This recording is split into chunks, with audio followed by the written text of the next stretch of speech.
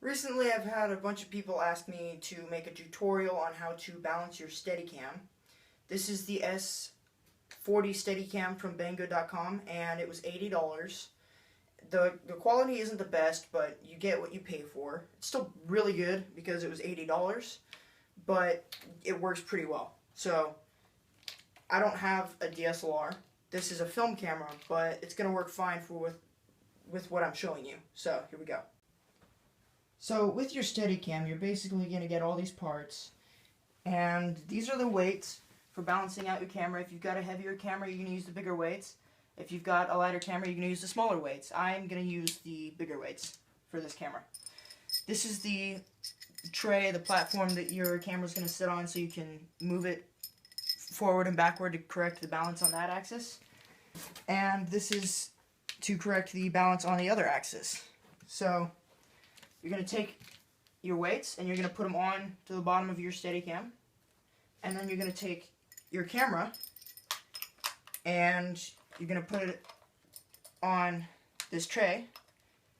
I like to have it sort of in the back so that the lens is supported with the front of the tray, and also that helps even out the weight so you don't have to move it as much when you balance it.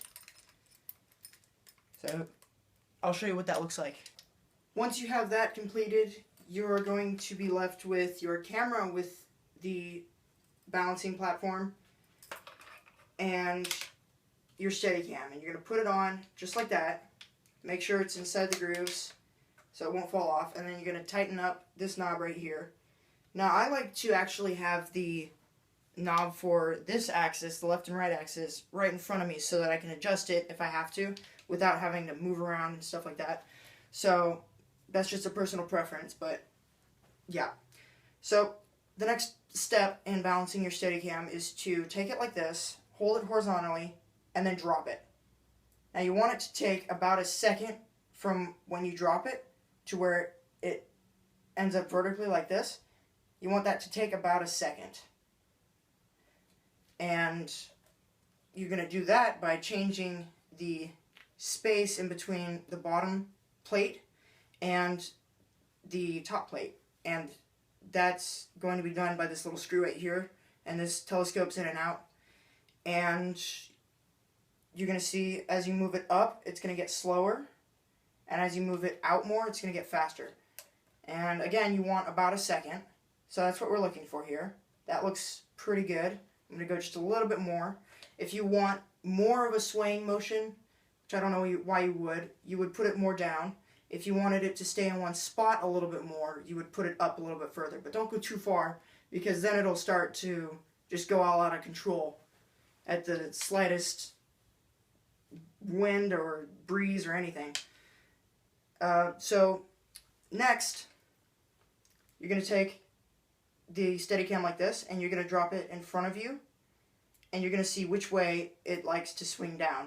You can see the part where the batteries go is the heaviest right now. It likes to swing like that.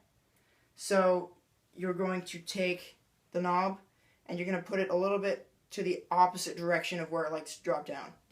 So that should look a lot better. Yeah, and it does.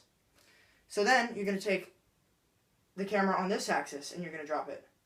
You can see the lens is a lot heavier than the back. So you're going to just move it from the lens to the back. You're going to move it this way. And then when you drop it again, it should look a lot better.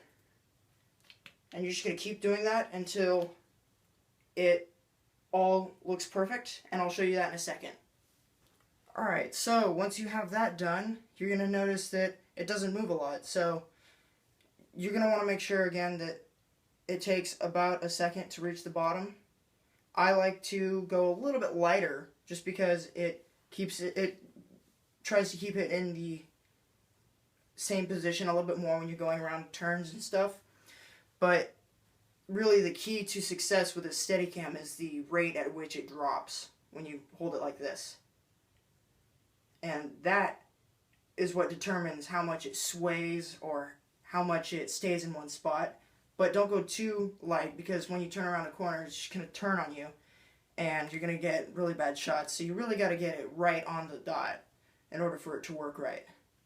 Now, some of the Steadicams that have been shipped from Banggood, like mine, actually had a problem where you would get it balanced just right like this, and then you'd come around to the front and it would go all wacky on you, and I'll show you how I fixed that in a second.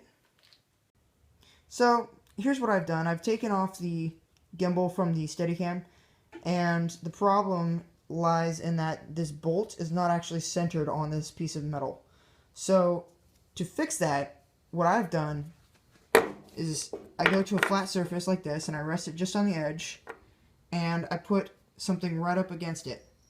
And I lift up the handle, spin it around, making sure that the handle doesn't slide at all, and then I set it right back down. And if the space changes in between your object and the gimbal ever so slightly, you need to fix it. And to fix that, what you do is you take off this bolt and this nut, and you get just this piece alone, and you set it in your vise like that, and you tap this part with a hammer just ever so slightly until when you do this, it lines up just perfectly. So yeah, if you put it back on the Steadicam and it still does the same thing, then I would suggest contacting Banggood and telling them that it's faulty. Maybe they'll help you out there, but I really don't know. They only sent me $5 to get new screws, so good luck there. Other than that, it's a pretty good Steadicam. Once you get all the kinks worked out, it works really well. So yeah, thank you for watching. Have a nice day.